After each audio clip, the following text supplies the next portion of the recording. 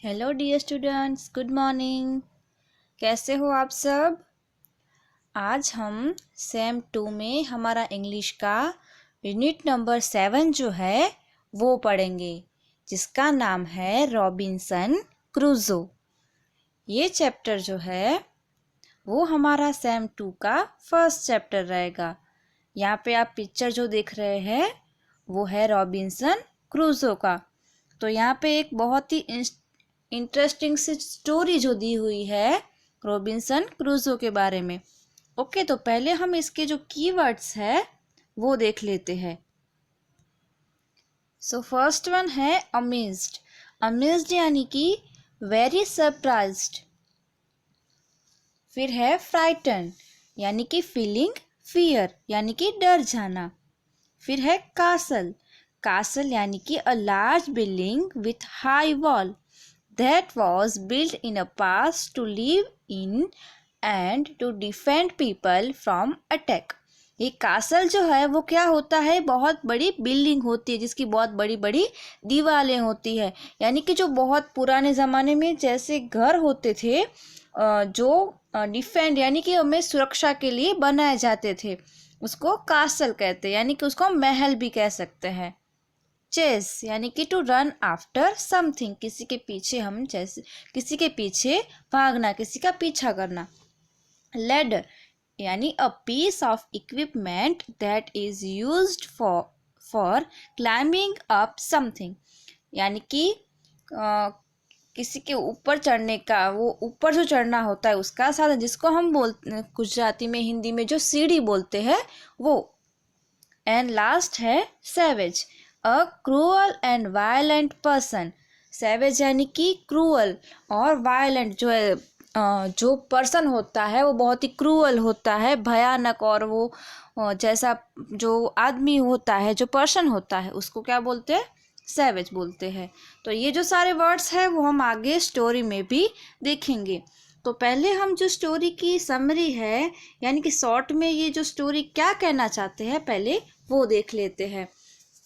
तो यहाँ पे जो स्टोरी है उसमें क्या है कि ये जो आप देख सकते हैं वो है, ये जो आदमी है वो एक बार क्या हो, ये जो है वो सेलर है। सेलर यानी कि क्या होता है? नाविक होता है। पहले के ज़माने में क्या थे, जो लोग होते थे उनको बहुत ही जो सी था यानी जो दरिया होता है उसमें उनको जाके वहाँ पे घूम के नए नए जो शहर, नए नए इलाके ढूंढने का उनको बहुत ही शौक रहता था। तो वो उनका पैशन था, मतलब उनको वो बहुत पसंद आता था कि उनको, वो लोग क्या करते थे कि वो लोग दरिया में जाके नए नए जो इलाके होते थे वो ढूंढते थे। तो फिर ये जो आदमी है उसका नाम रॉबिन्सन क्रूजो है। तो वो एक बार ऐसे ही दरिया में, सी जो है उसमें अपनी बोट लेके निकल पड़ता है। और अचानक से ही एक बार क्या होता है कि उसी सी के अंदर उसका जो बोट होती है वो टूट जाती है। वो उसकी जो बोट है वो डैमेज हो जाती है और वो कहाँ पे, एक आइलैंड के ऊपर वो यहाँ पे रह जाता है अपनी जान बचाने के लिए। वो पास में कोई आइलैंड उनको उसको दिखता है, वहाँ पे वो चला जाता है। और वहाँ पे वो आइलैंड जो होता है वो क्या होता है कि जिसकी चारों ओर पानी हो और बीच में छोटा सा ऐसी जगह हो, वहाँ पे जमीन हो और उसकी चारों ओर पानी हो, उसको यहाँ पे ऐसी एक जगह मिलती है। तो वहाँ पे ये जो रॉबिन्सन है ना वो वहाँ पे रहता होता है और वहाँ पे वो पूरे इलाके में वही अकेला ही होता है और कोई भी वहाँ पे नहीं रह रहा होता है। तो अचानक एक दिन उसको वहाँ पे एक पैर का निशान यानी कि फुटप्रिंट, हमारे पैर का निशान होता है ना उसको क्या बोलते हैं? फुटप्रिंट।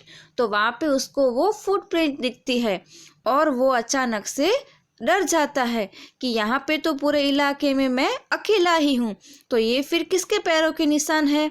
ऐसे वो बहुत ही डर जाता है, वो बहुत ही सरप्राइज्ड हो जाता है और फिर वो बहुत ही घबरा जाता है और वो बहुत ही कोशिश करता है उस जानने की कि ये पैरों के निशान जो है वो किसके है। तो ये जो स्टोरी है वो इसके बारे में है। आगे की जो स्टोरी है वो हम लाइन बाय लाइन देखते हैं। ओके स्टूडेंट्स, तो चलो यहाँ पे हम स्टोरी जो है हमारी वो स्टार्ट करते हैं।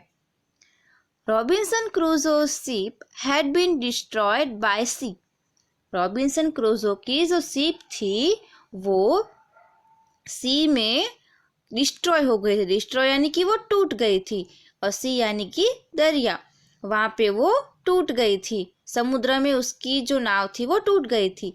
ही lived alone for many years on an island and long for company. और वो बहुत ही समय से एक आइलैंड के ऊपर वो अकेला ही रह रहा था। One day he discover a footprint on the sand. और एक बार क्या होता है कि वो जो सैंड यानी कि जो मिट्टी होती है, जैसे कि हमने देखा होता है ना, जो हम समुद्र के आसपास कैसे मिट्टी होती है वो रेत, उसको सैंड बोलते हैं। तो वहाँ पे वो किसी की फुटप्रिंट यानी कि किसी के पैरों के निशान देखता है। Let's find out what he did then. अभी आगे हम स्टोरी में देखेंगे कि उसके बाद क्या होता है। One day when I was going towards my boat I was surprised to see the footprint of a man on the sand. ये जो रॉबिन्सन है वो क्या बोलता है कि एक दिन जब मैं अपनी बोट की तरफ जा रहा था तभी मैं सरप्राइज हो गया। मैं देख के आश्चर्यचकित हो गया कि ये जो फुटप्रिंट है, ये जो किसी आदमी के जो पैरों के निशान है, वो यहाँ पे कैसे आए। वो बिल्कुल अमेज्ड हो गया, वो बिल्कुल सरप्राइज हो गया। वो देख के वो आश्चर्यचकित हो गया कि ये यहाँ पे कैसे आए, क्योंकि वहाँ पे तो वो अकेला ही रहता था। I listened, I looked around मी।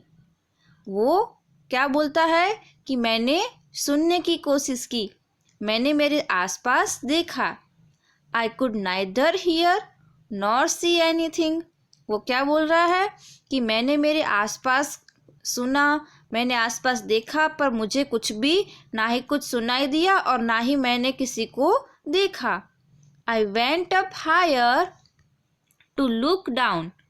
और मैं ऊपर भी चढ़ा, ऐसे पहाड़ की चोटी पर चढ़ के उसने देखा कि नीचे कोई है या फिर यहाँ पे कोई है, लेकिन क्या होता है, I went up and down to शोर।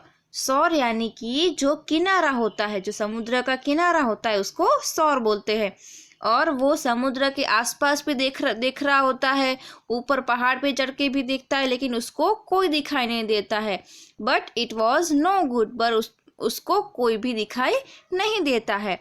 आई could find no other footprint but that one. वो क्या बोलता है कि मुझे सिर्फ एक ही फुटप्रिंट दिखा, उसके अलावा आसपास ना ही तो कोई और फुटप्रिंट है और ना ही कोई आदमी उसको दिखाई देता है। I went to it again to see if there were any more footprints and to tell if it had been my imagination. वो क्या करता है कि वो थोड़ा आगे जाता है और आसपास जाके भी देखता है कि आगे और भी कोई फुटप्रिंट है, कोई पैरों के निशान है, या फिर ये मेरी इमेजिनेशन यानी या फिर मुझे वो क्या होता है कि मुझे मेरे दिमाग में ही ऐसा लग रहा है कि यहाँ पे कुछ है या फिर ये सही में है। But I was not mistaken, for there was exactly the footprint of foot, toes, heel, every part of foot. उसको लगता है कि कहीं मेरी कोई गलती तो नहीं हो रही है, कहीं मेरे दिमाग में ऐसे कुछ ख्याल तो नहीं आ रहे जिसकी वजह से मुझे लग रहा है कि यहाँ पे फुटप्रिंट है। पर नहीं, वो क्या बोल रहा है, मेरी कोई गलती नहीं है, मुझे सही से दिख रहा है कि ये जो है वो पैरों के निशान ही है, क्योंकि उसमें उसको जो अंगूठा होता है वो भी दिख रहा है सही से, हमारे हिल यानी कि एड़ी जो है वो भी उसको सही से दिख रही है। एवरी पार्ट, और सारे जो पार्ट हमारे होते हैं पैरों के, वो सारे उसको उस जो पैर का निशान है उसमें दिख रहे हैं। I could not imagine how it come there. और वो इमेजिन नहीं कर रहा है, उसको सच में वहाँ पे वो दिख रहा है। I stay a long time thinking but become more and more confused. वो बहुत टाइम तक वहाँ पे खड़े होके वो सोच रहा है कि ये किसका हो सकता है और यहाँ पे कैसे हो सकता है, पर वो जैसे ज़्यादा से ज़्यादा सोच रहा है वो ज़्यादा से ज़्यादा वो कंफ्यूज हो रहा है, वो ज़्यादा से ज़्यादा वो उसमें उलझता जा रहा है। At last I returned home very frightened, looking behind me after every 2 or 3 steps. उसके बाद वो बहुत ही डर जाता है अपने घर की तरफ वापस चला जाता है। जैसे वो फुटप्रिंट के बारे में सोचता है वैसे उसको डर लगने लगता है कि फुटप्रिंट जो है वो किसके होंगे, क्योंकि पूरे जो टापू है, पूरा जो आइलैंड है उसके ऊपर तो मैं अकेला ही रह रहा हूँ, तो ये फुटप्रिंट किसके आए होंगे, यहाँ पे कौन आया होगा। ऐसे सोच सोच के वो बहुत ही डर जाता है। और जैसे जैसे अपने घर की तरफ वो आगे बढ़ता है वैसे वो बार बार पीछे देखता है ना। यहाँ पे looking behind me after every 2 or 3 step, वो अपने पीछे बार बार देखता है, 1-2-3 कदम चलता है और फिर से वो पीछे देखता है कि कहीं कोई आ तो नहीं रहा है ना। Mistaking every bushes and trees be a man, और उसको जो रास्ते में जो झालियाँ और पेड़ जो पौधे आ रहे हैं वो सब उसको ऐसे लगता है कि कहीं इसमें ये सब तो आदमी तो नहीं है, यहाँ पे कोई आ तो नहीं जा रहा है, ऐसे उसको लगता है।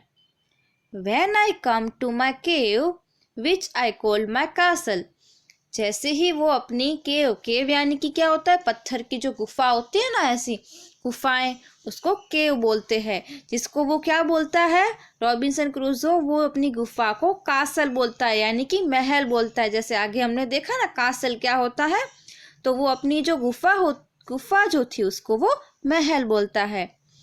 I run inside it as if I was being chased, और वो क्या बोलता है कि मैं उसके अंदर भागता हुआ अंदर चला गया जैसे कोई मेरा पीछा कर रहा हो। I do not remember whether I used to ladder or went in by the hole on the rock, और वो क्या बोलता है, मुझे तो वो भी याद नहीं है कि मैं सीढ़ियों से चढ़ के ऊपर गया, वो गुफा के अंदर गया, या फिर जो उसका रॉक यानी कि उसका जो डोर था वो उससे मैं अंदर गया। I ran for cover faster than any animal could run, और वो क्या बोलता है, मैं घबराहट में ही इतना ज़ोर से भागकर अंदर चला गया कि इतना तो कोई जानवर भी इतना तेज़ नहीं भाग सकता है। तो यहाँ पे ये जो स्टोरी है वो हमने इतना एक्सप्लेनेशन किया है, और आगे का जो नेक्स्ट जो पेज है उसका एक्सप्लेनेशन जो है वो हम नेक्स्ट वीडियो में देखेंगे। ओके स्टूडेंट्स, तो यहाँ तक हम स्टोरी रखते हैं।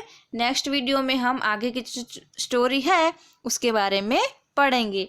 और आपका जो होमवर्क है आज का वो है ऑपोजिट वर्ड्स। आपकी वर्कबुक का पेज नंबर 90 जो है वहाँ पे ये पेज दिया हुआ है वर्कबुक में। तो ये सारे ऑपोजिट वर्ड्स जो 15 है वो आपको नोटबुक में लिखने हैं और लर्न करने हैं। ये सारे 2 टाइम लिख के अच्छे से आपको लर्न करने हैं। Okay students, thank you, bye bye.